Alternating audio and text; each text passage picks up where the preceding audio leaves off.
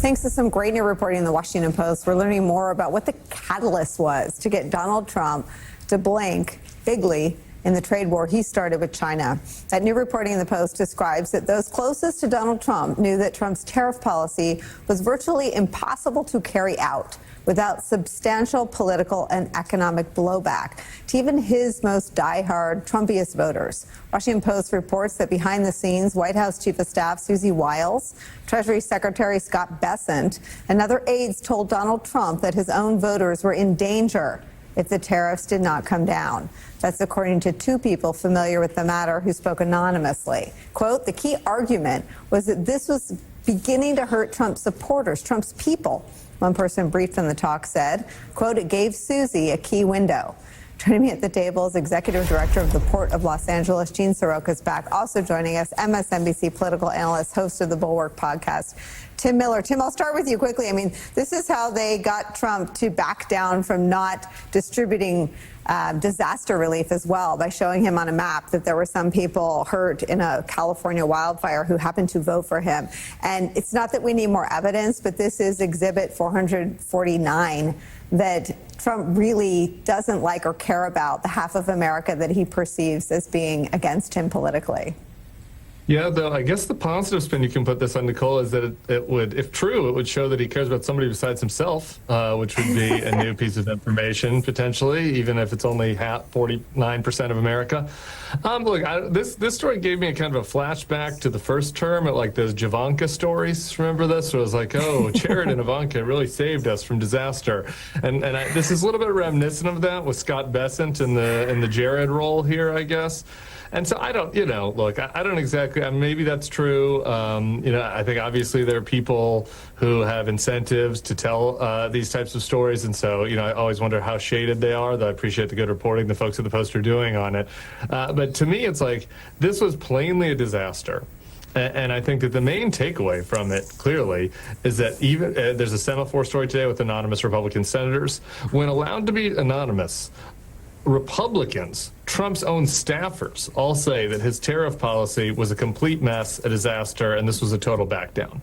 And I think that's important context when people say that, those of us who are critics of the administration or journalists that are covering the administration are like being biased when they express that very obvious view. And it's like, no, when given an anonymity to speak honestly, Trump's own supporters, staffers, and Hill allies all sound exactly like they're on the Nicolle Wallace show.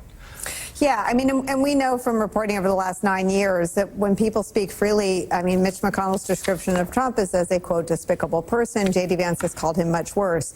But this feels like a keyhole moment for the people who make our economy work. That in the future, to stave off catastrophe, and I'm not even sure that you would say we've staved off catastrophe. It seems like there's still a lot of bumpiness and uncertainty ahead, but that you have to play to the only people Trump could be sympathetic to. And we now know it's not Wall Street. We now know it's not the bond market. We now know it's the idea that he could hurt his own supporters. Well, Nicolle, it's been very interesting because central to every conversation I've had, the business community, service providers, transport people, and international partners have all said, what's next? We need certainty. And even with a 90-day reprieve and quote-unquote 30% tariffs, 90 days is not a lot of runway in our business. And 30% is simply an average of averages. There are trillions of commodities that move through our system, and they're all tariffed at different prices now. It's unbelievably difficult to keep up with, and I've been in this business for a long time. So tell me what's happening right now. Right now, we see a real drop in cargo coming into the United States, especially from China. Folks just slammed on the brakes when it went to 145% tariff. And knowing that the whipsaw effect of information was coming out of the administration, could it be 2 hours, 2 days, 2 weeks, 2 months until we got some answers? So folks just kind of held on. Last week, our cargo at the Port of LA was down by more than 30%. It's very soft again this week, and the next 2 weeks are even lighter. So you're going to have about a month where there's suboptimal work, whether it's the dock workers, the folks on the warehouse scene, railroads, et cetera, and on the periphery, as we were talking about before coming on. It's the restaurants, the dry cleaners, the movie theaters. Everybody that I talk talk to around that harbor area saying, I'm going to tighten my belt. I'm going to watch my family's budget. Tell me what comes through the Port of LA. Stuff going to where? Coming in are usually finished goods. We talk about the retail sector a lot. So it's furniture, appliances, electronics, and clothing.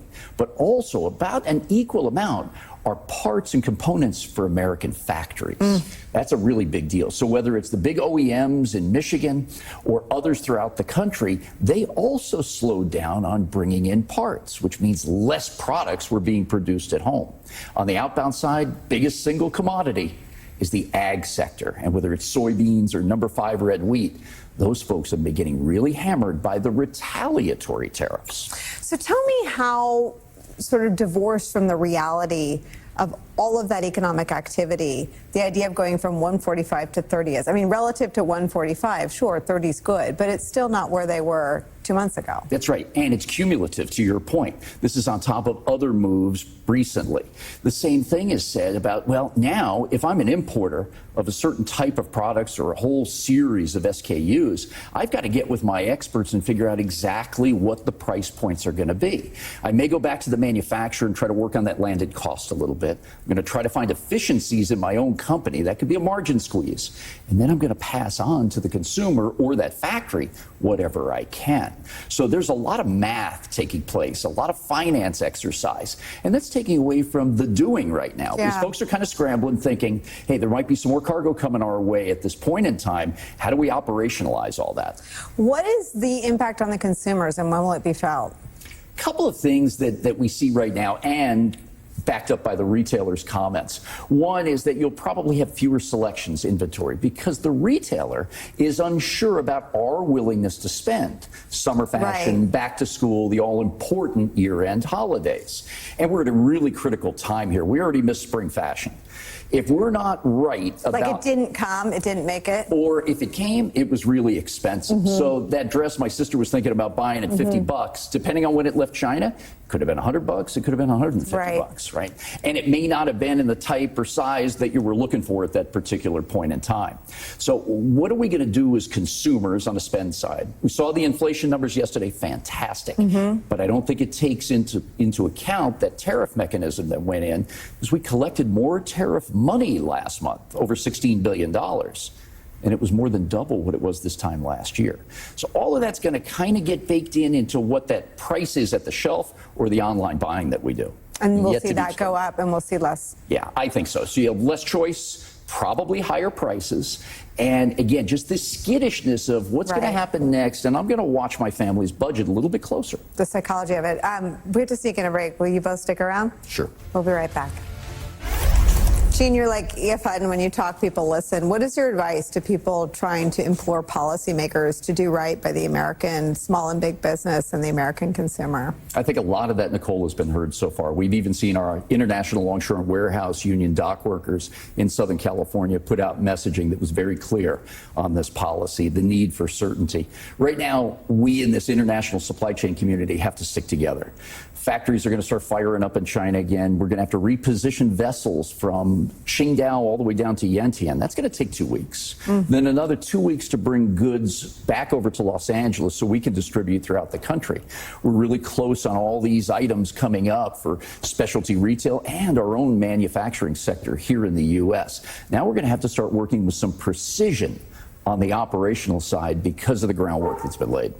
And you need certainty from the Trump White House. Yes, we do, and that's gonna be a big deal. We saw the first quarter GDP lift. numbers. We saw, every conversation I'm having is around what do we do next, and trying to scribble out pencil on the back of paper how we're going to do all of this work. Now, some people are a little worried about port congestion, if you will. We can see the cargo 40 days upstream, a really good line out of China, 14 days. We're not going to get caught off guard. We're going to have the good skilled labor on docks. We're going to have land and the good machinery ready to handle all this cargo. It's not going to be a deluge, but it'll be a pretty steady uptick with cargo that's already been manufactured, getting ready to be loaded up. And then there'll be a glut of product for a little bit while it evens out. We may hit it just right, but yeah, it's uneven the way inventory is flowing throughout the U.S. economy right now. It's so great to get to talk to you. Thank you so much for being here in studio. Tim sticks around for the next hour. Gene Seroka, thank you again. Up next for us, one Democrat has a message to anyone and everyone looking to oppose the things Donald Trump is doing. We'll show it to you next.